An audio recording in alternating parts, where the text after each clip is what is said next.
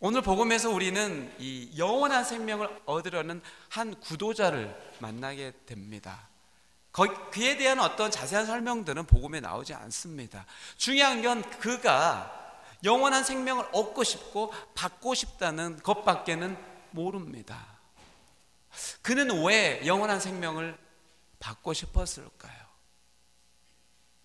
한번 그 답을 찾아가 보도록 하지요. 그는 영원한 생명이 뭔지 궁금했고, 어떻게 내가 무엇을 하면 영원한 생명을 얻을 수 있을까 늘 궁금해했고, 또 찾았고 노력해 왔습니다. 그런데 도무지 알 수가 없었습니다. 그래서 소문난 어떤 선지자가 나타났다는데 그의 이름은 바로 예수였습니다.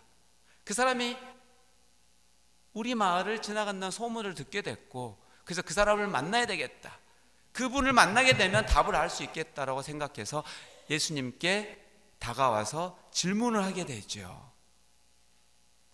선하신 분, 선하신 스승님, 내가 무엇을 해야지 영원한 생명을 받을 수 있지요? 라고 질문을 합니다. 예수님은 그런 질문을 처음 받아보신 거죠. 두루두루 사람들을 많이 만났지만 아픈 사람이 나 좀 고쳐주시오, 죽겠어요, 나 좀 살려주세요, 이런 청은 많이 들어도 영원한 생명을 얻고 싶다라는 질문을 처음 받아봅니다. 그래서 먼저 묻습니다. 그 너 모르냐? 십계명에 나와 있는 계명들이 있지 않느냐?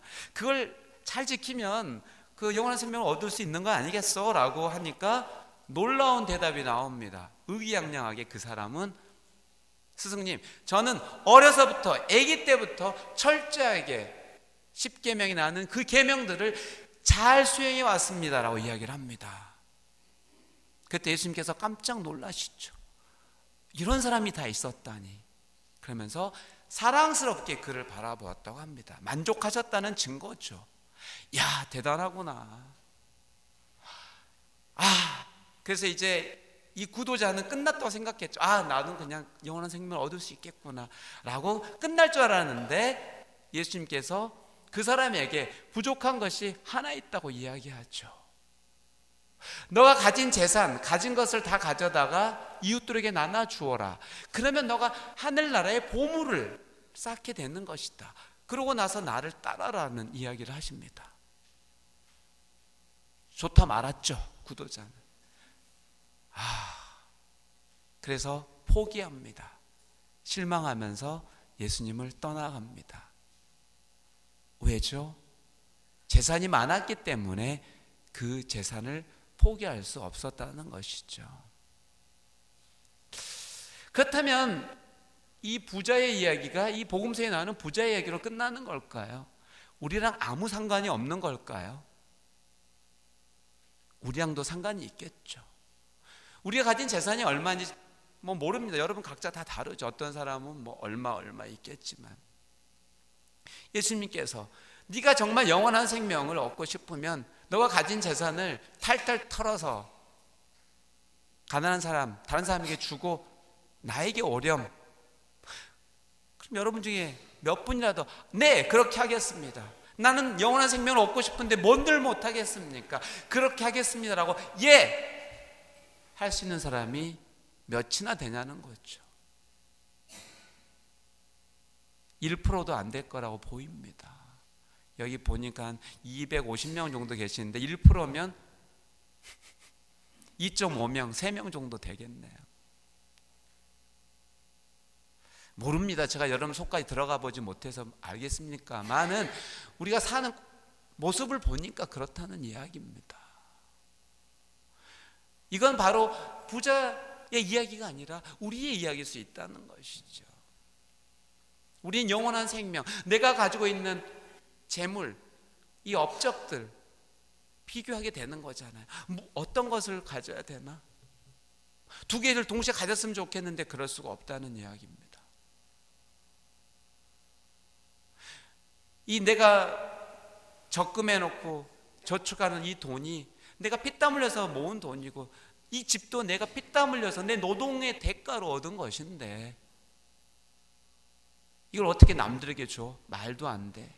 그런 생각이 들 수 있잖아요. 근데 어떡하죠? 그걸 움켜쥐고 있으면 예수님께서는 하늘나라에 들어갈 수 없다고 하시니 답답할 노릇입니다. 그 유명한 비유를 들잖아요. 낙타가 바늘기로 빠져나가는 게 더 쉽겠다. 근데 우리는 실망하지 않습니다. 그 정답을 마지막 부분에서 이야기해 주셨습니다. 그래, 우리 인간의 생각으로, 인간의 머리로서는 불가능하게 보이지. 하지만 하느님께는 불가능한 것이 없다라고 이야기하시죠. 네가 하고 싶은 대로 네 생각대로 하는 것이 아니라 하느님께서 해주실 거라는 그 믿음만 가지고 있으면 하늘나라에 들어갈 수 있다는 것입니다. 우리가 할 수 있는 거, 모든 재산을 털털 털어서 줄 수는 없다고 하더라도 우리가 가지고 있는 것을 남들과 나누면서 살아간다면,